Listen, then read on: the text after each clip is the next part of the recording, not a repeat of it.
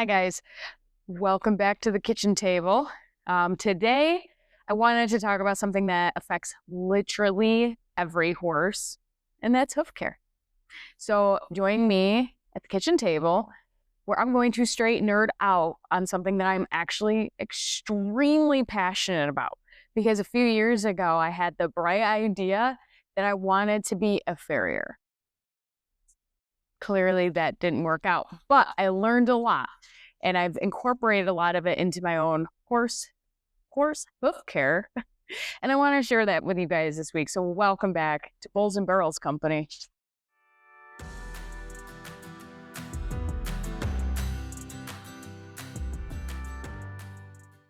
Okay, so first off, I worked with a farrier for a very short time. I learned the basics from her. I want to say right out the gate that I am not a farrier, and none of these things that I'm about to discuss are proven by anything other than the fact that this is what I do with my horses, and I've had great success, and I want to share that with you guys.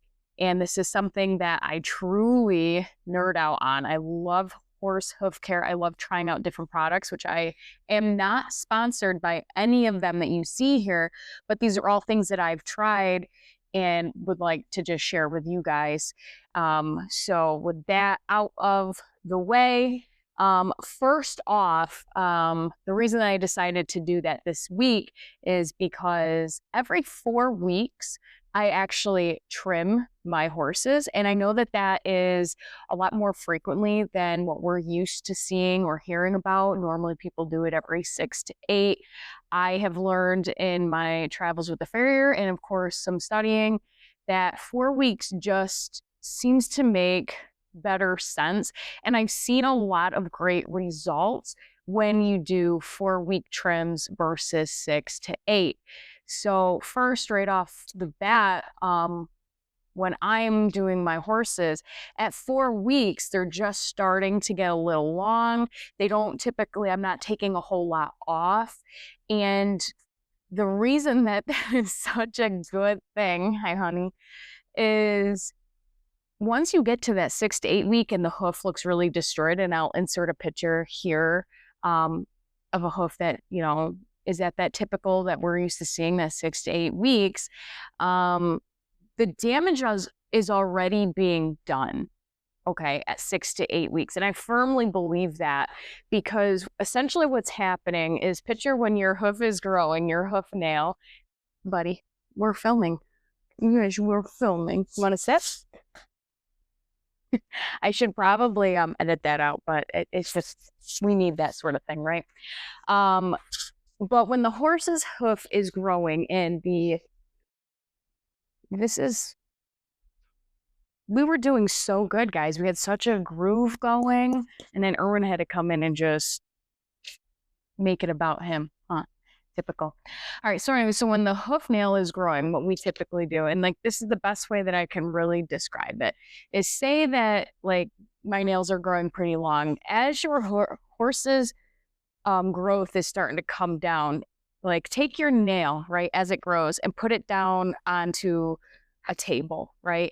And you feel that pressure when you push your finger down onto the table. Essentially, that's what is happening with that overgrowth, okay?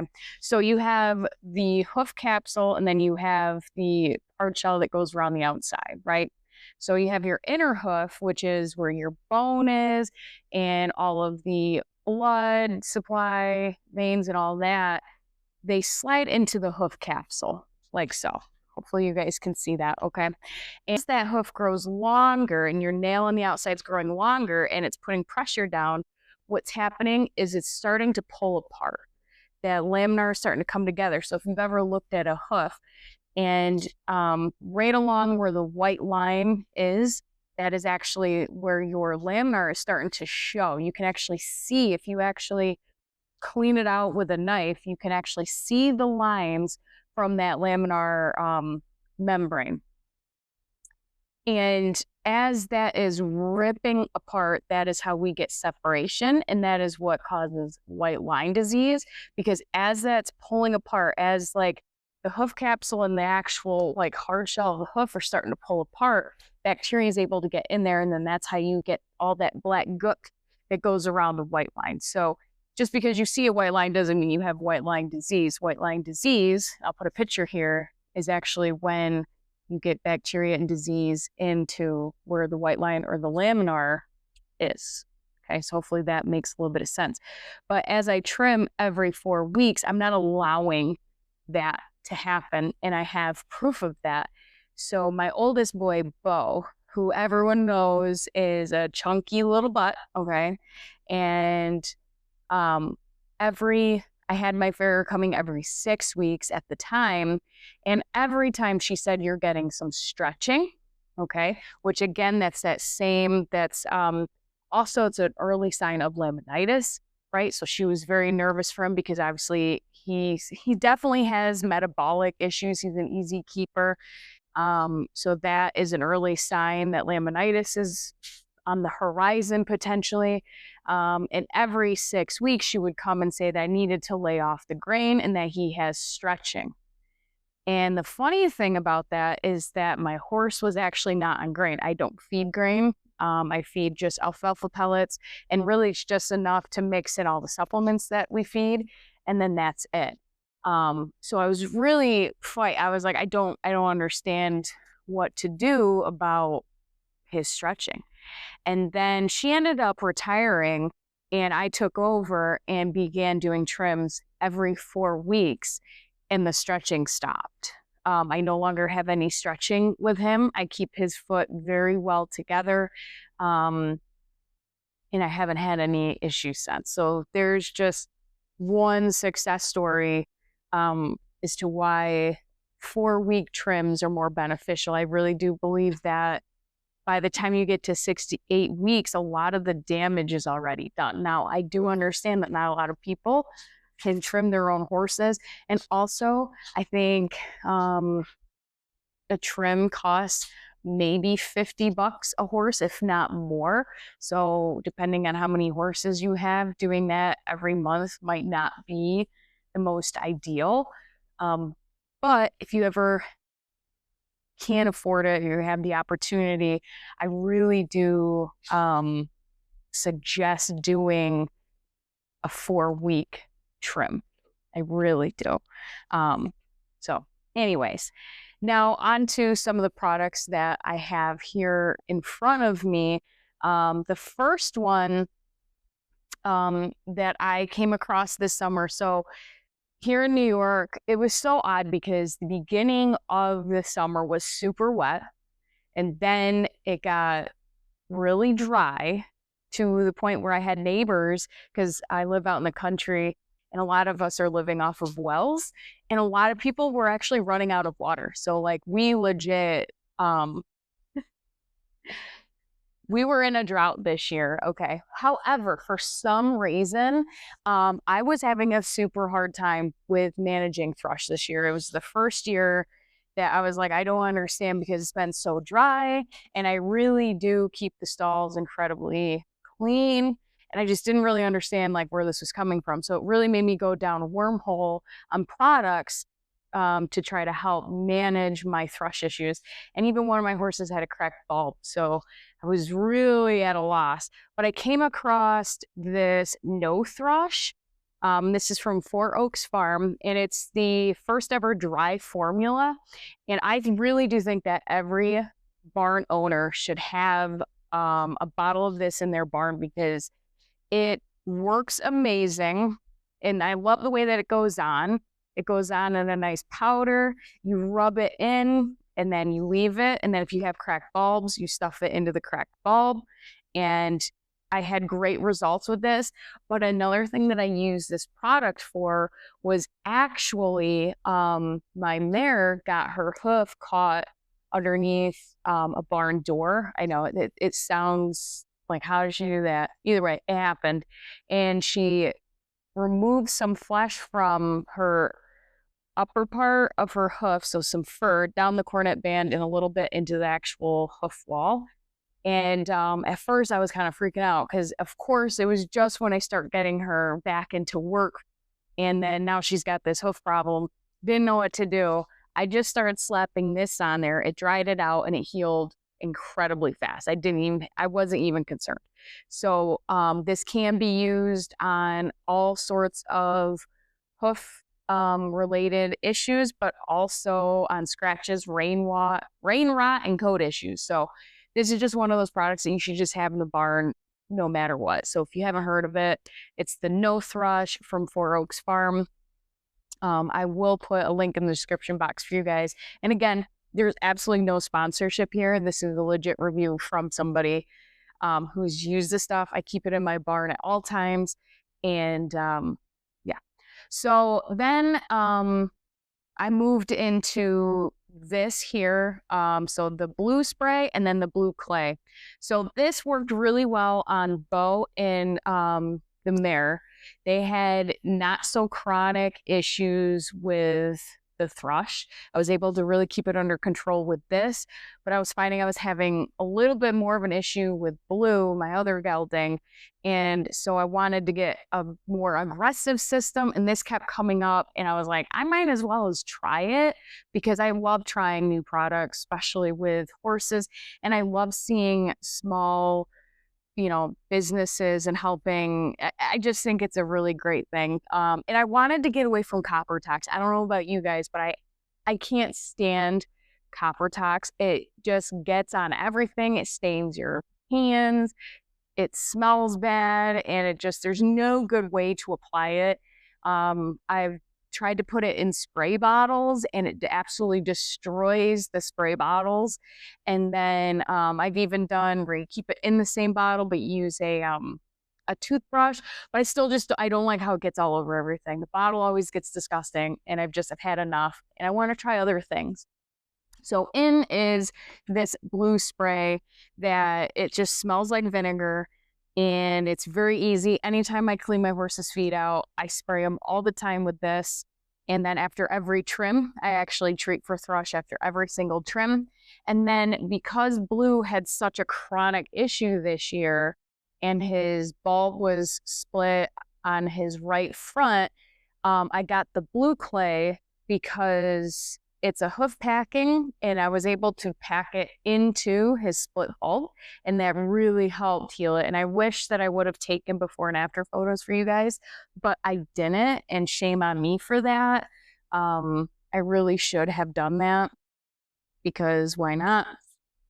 I got a little bit of crap on my laptop. So, but this stuff is also, it's a little messy, but it's just a blue clay, and you pack it all over the hoof, and then you can stuff it into all the crevices, and it really does stay for a long time. So like I typically do it at night, and then in the morning they go out or out in the pasture doing whatever, and when they come in at night and I re-clean their feet out, there's still residue from that clay. So it is a very, like, once it hardens and it's in there, you know that it's working. So these were my highlighted products that I used this year, and I will continue to keep using them. And then if I see anything else, I will probably just keep trying new stuff, because I just really enjoy that, trying everyone's stuff. And but again, honest review, this is no spons. I'm getting zero money for this. So you guys can trust that these products are working the way that I say they are. And now lastly, I wanted to touch on barefoot shoeing. What are my thoughts on that? So a little story, okay? Way back then. So back in 2020, after I had my accident and broke my ankle, when I was finally able to start riding again, I got super zealous, and I slapped some shoes on Bo and wanted to get back to work. And it wasn't long after I had a full set of shoes put on Bo that he came up lame. And at first, because I'll be honest, this was the first time that I used this particular farrier, I thought maybe it could have been something with how she set the shoes. I don't know. So I immediately, requested to have the shoes removed, because obviously his gait is a little funky. Maybe I can actually put a video here and play some video footage of like how funny he was walking with his back legs. It was almost like instead of like fully extending that leg, he was kind of just, you know, swinging it forward. And after lots and lots of money from, you know, paying a vet to come out and watch him, it turns out that he tore his stifle and that he got the prognosis that he would never run again so much as even walk in deep sand again. And that, you know, that's obviously a blow and that really sucked. And so then that's how we ended up with the Blue Man, or the other horse that I bought. Sorry, nicknamed him Blue Man. And so as I started learning, so a few years later, that's when I wanted to become a farrier, and I really started to research the horse's hoof and all the mechanisms and shoes, no shoes. And what I found was pretty astounding because steel shoes have been around for forever, right? And I really do believe that they had their purpose. But now with all of the science that we have, I don't know if it's still the best viable option for our horses. And I'll tell you why I feel that way. So steel shoes, they aren't evil, right? I know plenty of people who have used them for years and have never had any issues. I've used shoes in the past before this incident with Bo, never had any issues. And like they just last a whole lot longer than like say a composite shoe. But they reduce the natural expansion and shock absorption that the horse's hoof is supposed to do. And so if you think about when you touch a horse's hoof, it shouldn't be beating hot, warm, right? That means that we have an infection, but there is a lot of blood that is going down into the horse's feet. And it actually, with each step, it kind of acts like a heart, how it pumps. So every step, it's pumping the blood back up the horse's leg, okay? And steel shoes limit that, that function of the horse's hoof. So that's just the first thing. So I want to put in another video. I've been putting in a lot of graphics for you guys. I came across this video that compared, I don't know if you guys could hear that before or when it just sneezed to death. When you compare a barefoot horse, a composite shoe, and a steel shoe, the amount of compact or concussion that the horse's leg feels as it's hitting the ground using those steel shoes, you can just see that it is causing way more turmoil up the horse's legs, which is putting more strain on your tendons, on the skeletal system, on the muscles. And then pair that to your horse's foot, it has the ability to shift, right, and go with the ground. And there's a really good picture. This is one of my favorite resources that I bought when I was studying to be a farrier. And I think every horse owner should have a copy of this book because it's got so much knowledge in there.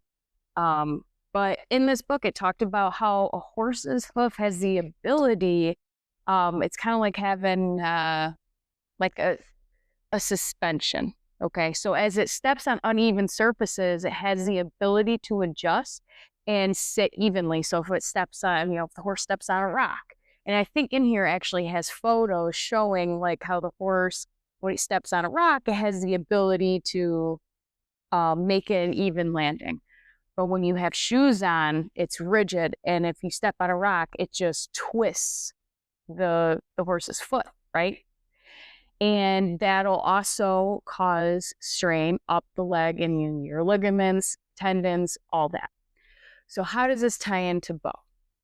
Now, I don't have any, there's no proof, but I'm going to allege that I think that after so much time between the last time that he was shoed and all that time off, because of course I was laid up and I wasn't riding, I think putting shoes on him, I think he was out in the pasture doing whatever, and the shoes, he got used to being barefoot again and having those rigid shoes. I think that's what caused his tear. Now, again, that's just allegedly, that's just my opinion. I do think that shoes do have a purpose. There's a lot of therapeutic shoeing out there. I follow Olson Equine on YouTube. If you really love watching people trim horses and learning a little bit about it, he makes phenomenal content. And I've learned a lot from following his channel. Actually, his barefoot trim is what I try my best to emulate as I'm trimming my horses. But he does a lot of therapeutic shoeing, so it absolutely has its place. And I'm not discrediting steel shoes by any means. But I do think if your horse has the ability to go barefoot, that's the way to go. And if they do need shoes, try doing the synthetic or the composite shoes. When I was traveling with my farrier, she was open to that. And I know a lot of farriers aren't. I've worked with farriers that are super open, and anything you want to try, they will do it. And then I've worked with other farriers that are very like, nah, that's just an excuse for, farriers that can't trim or farriers that don't know how to shoe, right? So I would suggest finding a farrier that's open to trying new things and giving the composite shoes a try. Now, the only setback to those is they don't last quite as long as the steel shoes as far as wear and tear goes. But that is certainly another option aside from slapping steel shoes on your horses. And now in my next item that I have for you guys is the scoop boot. So this year, my mare kept coming up a little ouchy on her front feet. And I figured maybe, we do have a lot of run of crush and stone around here. And so I decided to give these scoop boots a try. And I want to say they're made in Australia, but do not quote me on it. Oh, wait, yeah. But again, it's just something that kept coming up on my Instagram and Facebook. So I was like, you know what? She's constantly ouchy on her front feet, and let's do this so that way we can keep riding. And no, it wasn't that she had any abscess or anything like that, because I had an actual farrier come out and look at her, and she just would, and like right now that it's been snow and stuff, she hasn't been very ouchy, so I'm hoping maybe her feet are toughening up maybe. But I did have an actual farrier come out and check her out, so please don't come for me. But I got these in the interim. I'm hoping eventually we can phase out of them, but it's a very quality product. They fit her very well. Scoop Boot has an app that after your horse is trimmed, you scan it, and then you fill out a little bit of information about the horse, and they come back with the size and the style. So for her, we went with the Enduro because she does have one club foot. And this was the best style boot for a horse with clubfoot. And they're easy to put on. They fit her perfectly. They gave her a size 2. And I've been incredibly thrilled. You get an entire little kit, so that way you can size, because you have multiple size straps and everything to make sure that it fits your horse perfectly. So once you get through all of that, then it's just pretty easy. You slap the boots on and you go down the trail. I've heard of people doing sports in their scoop boots, but I think that really all just depends on how well they fit and your horse. Like if your horse has any sort of hit, like they're not landing straight, how some horses will land on the outsides. Like it really is finicky, and I don't know if I'm going to race in these. I'm hoping that her feet just get tougher, and I can phase these out and just use these if we're going down rocky trails. I've heard of people competing in these. I don't know if I will. I might try, at least now, because we're learning. We're not doing anything ultra fast or crazy. I'm not putting a lot of pressure on her. So maybe I'll give it a try. But for now, like just trying to get through, like I said, all I have is run a crush. So she has to walk through that to get to the arena. And it was instant relief for her as soon as we put these on. And like I said, they fit very snug, which is what you want.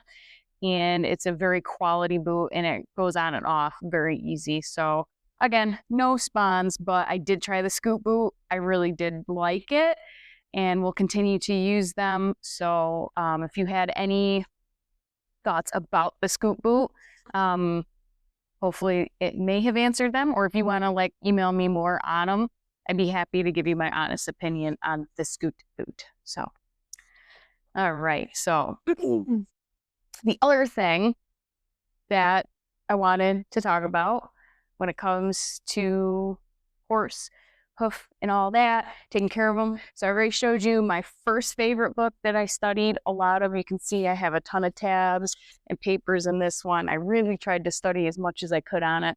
But the other one that really helped is this book by Pete Ramey. This is his Making Natural Hoof Care Work for You. And this really kind of, because you ever have people that they're like, well, wild horses don't need farriers. And it's like, well, yeah, wild horses are walking miles a day and wearing their hooves down naturally. So I'd hope that they wouldn't. But the domestic horse is not putting miles on, certainly isn't putting miles on rough terrain. So of course we need to help that process because they're not naturally doing it themselves. But this book, he does a lot. He goes into what the natural trim is and different, like he puts different case studies in there of different horses that he's done it to. And I learned a lot of like how to do my trim. And then like, so for instance, this is what I was talking about earlier with as your hoof grows down, if you allow it to go that far, when the force comes down, it's literally just ripping that horn away from the hoof capsule. So this book was a plethora of knowledge. And I use pretty much his method and Olson Equine together to do my trims. And for a little bit, I was bringing in a farrier every other. So I would trim on a 4-week mark, and then 4 weeks later, I would have another farrier come in just to make sure that I'm not totally messing my horses up. And he gives me great feedback, lets me know how I'm doing. And he, as of right now, he's saying that I've got very balanced feet. And he just gives me little tips, like if he's starting to notice anything. So I did start doing that just because with the mare and her club foot, that got me kind of nervous because I'm like, well, the boys, they just have normal feet, very easy. But this club foot was like a whole different animal. So I wanted to bring a professional in to help me with that process. So anyways, that's my nerd session with you guys. If you guys have anything that you would like to share, or maybe you want to learn more about that I may have said during this episode, I really enjoyed this one because I got to nerd out a little bit because like I said, I seriously do love horse feet. I wish that I could have done it as a career, but I'm gonna be honest with you guys, going out with her and doing a full, because like I'd only be able to do it on the weekends, but doing full days of horses with her, it really jacked my back up because I already have a lot of lower back and stiffness issues. So being bent over in that position all day, and then pair that with people not training their horses to stand for the farrier.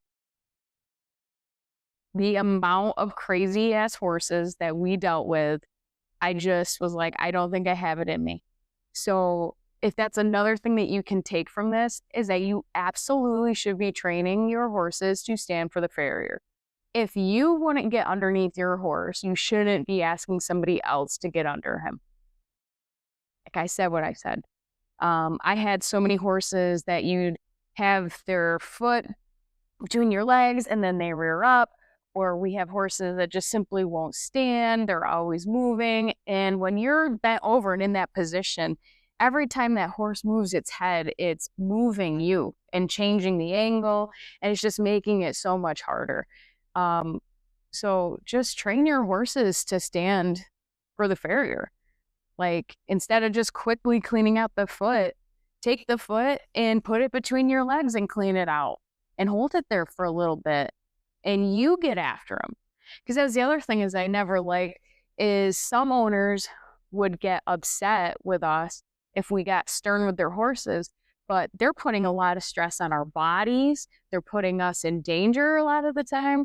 And then either the owner just gets upset thinking that their horses are these perfect little angels when they're not. Like, clearly, like, just work with your horses, guys. Like, I would never want somebody else, especially a farrier, because that is their livelihood, getting underneath something that I even want to do. So just before every ride, when you're cleaning your horse's feet out, put it between your legs. Would you? If not, I'd start working towards that. And plus, when your farrier can get in and out quickly, you're not going to be the one that they no-show. Because we've all seen that. I think farriers are probably one of the most unreliable specialists in the field. Like, I've gone through so many farriers in life because all of a sudden, like, they just go off the grid. They don't call you back. But if you have good horses, then generally they don't sideline you or they don't cut you if they have a lot of clientele. So just train your horses, guys. Because that was a big reason why I couldn't do it, is because the amount of pain that it put me through. And with that, I want to roll into something else. So I am going to go ahead and try the OptiWise Health. I have a lot of joint and stiffness issues, and I was thinking about putting my mare on this summer because I've seen a lot of reviews. I know Dusky Hall uses OptiWise on her horses, and it just really, I like that it's this all-in-one formula. And then I saw that it works on, like, they have a human formula. And I was like, you know how, like, we can't ask our horses, do you feel better? You know, you can kind of see it. But I was like, what better than for me to try it? And if it makes me feel better, then I know that it should work on them. Or at least that's my thought process. It may not. Maybe it's totally different. But because I have so many issues in this old ass body, I put myself on this. I just started it yesterday, so I'm going to give it probably 3 to 6 weeks, if not more. Maybe they always say you should do 2 cycles of a supplement to see if it actually works. But if I get good results from this, I'll definitely let you guys know. And then if I do, I'm going to put the mare on it or whoever's actually being competitive this year, because I think joint, you can't put a price on a good joint supplement to stay ahead. And I know I keep coming up with things, but the other thing, guys, is it's the new year, and fitness and getting in better health and shape is always at the top of my list. I don't know if it's always at the top of your list, but it's literally always been at the top of mine. I have been struggling with getting back in the saddle of my fitness ever since my accident back in 2019, 2020. So I think that was like the last time that I was in super good shape, and I've put on a lot of weight since then. And this year I really want to, I don't want to just get in shape for, the cosmetic, looking good, but I want to feel good. I also want to feel strong in the saddle, because one thing that I really do believe is that a lot of my incidences over the past couple of years with Blue and falling off, I think could have been, either an easier recovery, or maybe I could have prevented it if I was actually in shape and had balance. So this year, my focus going into my fitness goals isn't so much for me to look better and feel better and be hot. It's to be better in the saddle, to be able to ride my horses. And my favorite app, and I follow her on the socials, is Barrel Racer Fit with Sarah. She's got an incredible app. It only costs $10 a month, and she schedules gym and home workouts, and they're all designed to make you stronger in the saddle. And I know there's like a ton of ladies out there that do this, but this is the one that I found to be most affordable and doable. Like the workouts aren't like incredibly long. You're not spending your entire day doing it. But this week, she launched the New Year Consistency Series. And it's only $80, and you get 6 weeks of workouts, access to the app, access to the group. But here's the awesome part is she designed the winnings like you're at a barrel race. So first place is going to get a buckle and some money, and the money amount all depends on how many people register. So that's why I'm making a plug here, because I think the more people that get in on it, the higher that pot goes up. Because a lot of her challenges and competitions, she always mirrors them after like a barrel racing style. I think it is so cool that we have the opportunity to win a buckle at the end. And really, it's just do your workout, 10,000 steps a day, drink your water. And when you check all of those off every day, you get, I think, 2 points for the workout. You get 1 point for any activity outside of that. So if you have like a smartwatch, or I think you might be able to enter it separately, but mine automatically does it. But any additional workout, you get a point. And then at the end of the 6 weeks, whoever's got the most points will either win first, second, or third. And then she does have a tiebreaker round, and that's where the habits come in of 10,000 steps and a half gallon of water, tracking body steps. So I will link that as well. That begins Monday, January 12th, and it goes for 6 weeks. Again, no spawns, guys. These are just all things that I do and I love. And I just want to share that with people. So I will also be doing that. So pairing, getting back into shape with my OptiWise, I'm hoping to be a stronger rider. And guys, with that and all of this, let's get out there and earn that ride today. I'll see you guys next week.